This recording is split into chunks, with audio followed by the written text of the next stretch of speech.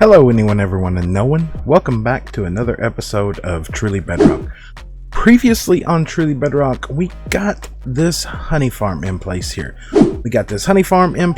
And we ended up going over to the desert and we ended up gathering up a lot of sand so that we could open up a glass shop. Now, of course, as you've seen here, I've done crafted all of the bottles of honey into honey blocks, and this thing is starting to get productive, which is good. Now, of course, in due time, we need to add some more structures around here, and I have some plans for structures to be added around here, but that's not where we're going to be starting off today. Will we get there? Maybe. Maybe not. I'm not entirely sure on that. But today, we're going to do some work down here to begin with. If we drop all the way down here to the bottom down here, which haven't been down here in quite a little bit per se, we got this area here. We got the mob farm down here. And of course, we got an angry Enderman just bouncing around down here like crazy. Now, this area down here is in a bit of a disastrous state, I guess you would say. It works. It works. We got the mob farm there, but it's hideous. It's hideous, and it's just meh. And don't you look at me like that. Where'd you go? Come on, you want some more? Do you want some more? Do you want some more, dude? Where'd you go? Bouncing all around. Now you're all the way over there. Come on. Come on. Come on over here. That's a good Enderman. Come on. That's right. Good talk there, buddy. Good talk. But this area is hideous. This area is hideous. And previously, too, we ran into a lot of issues using the smelter over there. So we need to get a fuel farm going. Now, it's been a while since I've touched a kelp farm since last season, and we all know what they were like last season. And I won't lie that I'm a little bit gun shy of even dealing with one, considering how many times they broke last season. But I think that's something that we're going to get to today. I want to, for one, clean this area up. I mean, this is an area that's going to see some activity in my base.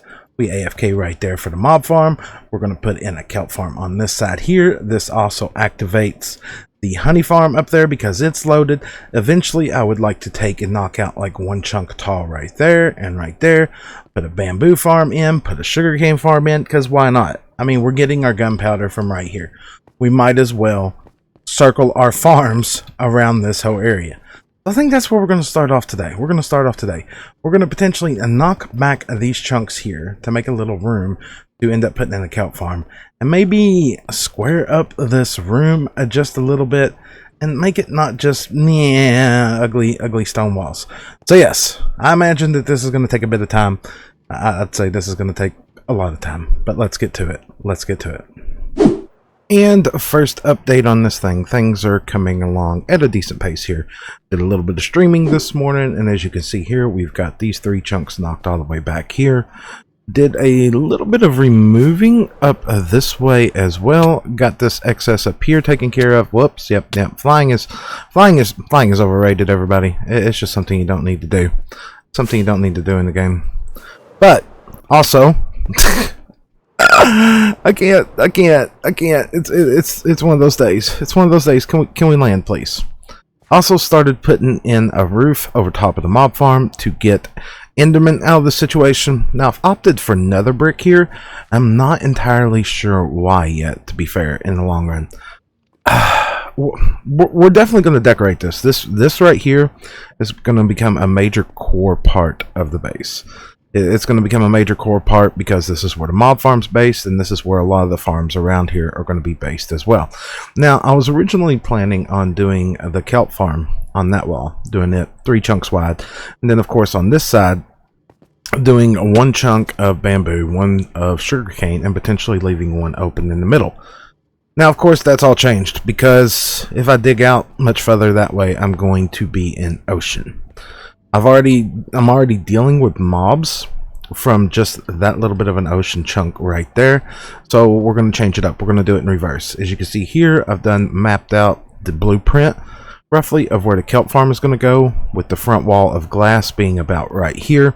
So we're going to go ahead and take the kelp farm all the way across here, and then on that side over there, we're going to take one side and do bamboo, 1 sugarcane, if not alternating it out to be something different. Now, of course, the ceiling, yeah, we got quite a long ways to go. Quite a bit more digging to do. Eventually we're probably going to dig out this side too.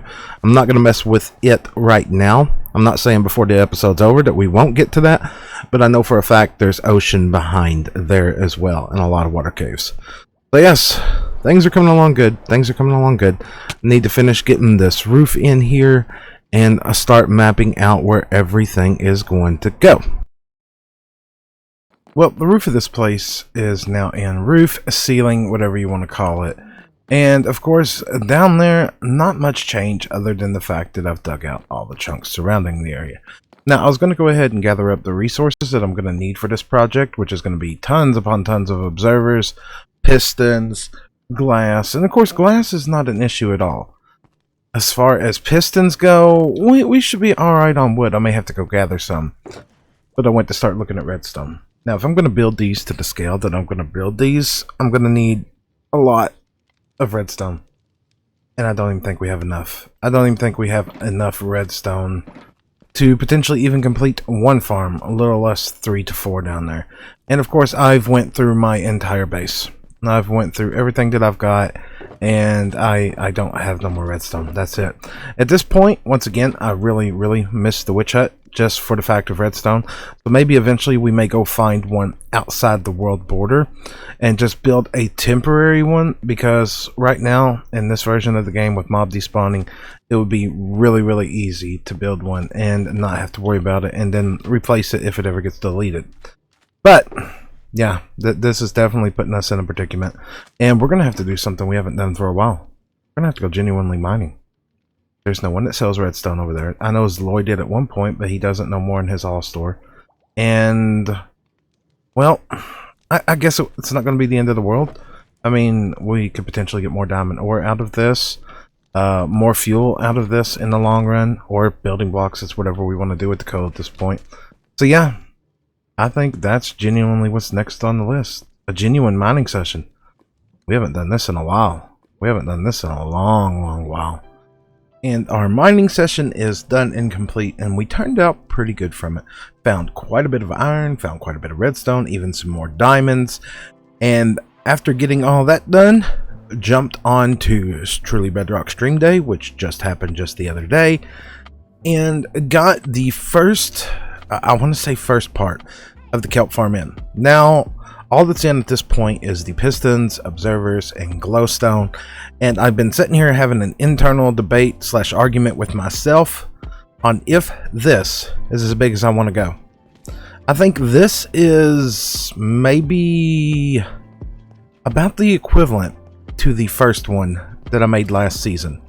And that one actually put out a lot of kelp. But I've been debating something silly. I've been debating something really silly in typical Slack fashion here. I've been looking at this. This room, I do not like how it's positioned out. As you can see, we've got 3 chunks across. We've got room at the end of this, but we do not got room at the end of this. So, I've started digging out this section over here now. I'm going to take and dig out an additional 3, if not 4 chunks all the way down here. And I say 3 or 4 because if we look right now, it's 3 wide. But I'm debating mirroring this over there. I know. I don't know if I will. I don't know if I will or not. It's something I am debating, and it's kind of insane. It's kind of insane to even debate that. But that's got to come out. That's got to come out just for the sheer fact of at least I've got to square the room up in the sense that I've got to have the same number of gap at least on that side and that side, and that just doesn't work. That just doesn't work. So I think that's where we're going to go next. We're going to go ahead and knock that wall down. I'm potentially going to go ahead and then get this side operational, do a little bit more cleanup on the room here and see where we stand before I decide if I want to double up this whole thing or not. And even if I do want to double this whole thing up, I don't have the resources. I've got the iron, potentially the wood, maybe the redstone. But if I mirror it, I want to be exact, and I do not have that many more stacks of glowstone. I don't remember. Let's see, I put 9 in here, 8 in here, and I've got 2 left. Yeah, so that took 6 stacks there. Did I really use 6? Yeah, because I got 2 stacks of observers. Yep, right. Let's dig on and keep planning here. You know, I am not sure why. Sometimes I think it's a good idea to take these farms, as crazy as I do. I mean, this is a spot where you're going to AFK. Is there really any logical need for a kelp farm that's going to be this big? Seriously, is there a need? Why do I do this? Why? I don't know. Because I've been sitting here thinking while I'm building this thing that it's going to be a big pain. Not in the sense of the farm itself, but bulk crafting it. Bulk crafting. That's what it's going to be. You know, it would be really nice if kelp didn't have that. Oh, great. Now we're out of pistons, and I can't remember what I was going to say. If you didn't have to do that bulk crafting into it, which is going to make it interesting. And I still don't know which side I want to. Oh, yeah. Well, we can't go that way. Let's knock a hole through here. I don't know which side I want to put storage on. As you can see here, I've got the other sides dug out like I wanted to do. I've got the potential to mirror this over here. I mean, I did dig it out far enough where it reaches the same amount of blocks for both sides here. But practically, do I need to? The answer to that, obviously, is a big no. But do I want to is the other question. And then where do I put the bamboo? Where do I put the sugarcane? The more I look at this, the more I have debates on where to do it. I mean, at this rate, if I mirror that over here, then that's going to stick out into that chunk. It's not going to line up. It's not going to be symmetrical is the problem. Don't know. Right, we need more pistons, and then we need to be able to toggle this thing on and off. That's what we need to do next. And now all the glass is now in place. Now time to begin the most fun part of this adventure here. The most fun part. Which, truth be told, it's not that fun. It's not that fun. Filling one of these things up with water is never a task that's easily completed. I mean, the first layer here, yeah, it's relatively easy. But then from here on up, it's a lot of water buckets. A lot of water buckets. Right, let's get this done. And the next part of this crazy experiment is almost done. This is probably, without a doubt, the worst part of building a kelp farm. Is waterlogging every one of the slabs underneath of it once you get this thing in place. Now, from here, I've opted to do this different than I have in the past. Because I'm actually making all the water flow to the back of this thing. Because technically I'm going to drown and there's no room in the front. There's technically room, but I don't want to crowd the front of this thing. And honestly, we need to do a bit of testing first. Because in my non-planning and deciding that I wanted a farm that's literally 4 chunks long, last season when we built the first one that was only 3 chunks long, we ran into a lot of problems with that one. A lot of problems, as in hoppers could not keep up with the situation. So, what does that mean this time? Well, first, it means that I forgot to put a bunch of slabs here, which is really messed up all that, hasn't it? Let's see. If we place all these in here, is that going to correct itself? Not 100%. Not 100%. Good.